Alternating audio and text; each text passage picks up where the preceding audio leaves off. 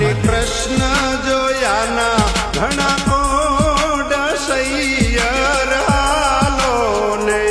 માતા ઉમિયાને લાગુ પાય સૈયર હાલો ને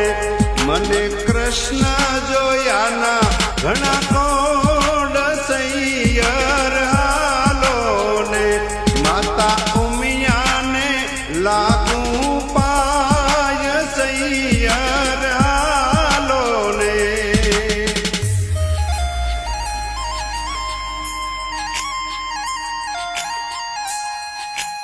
દેવળે દેવળે દીવા કરું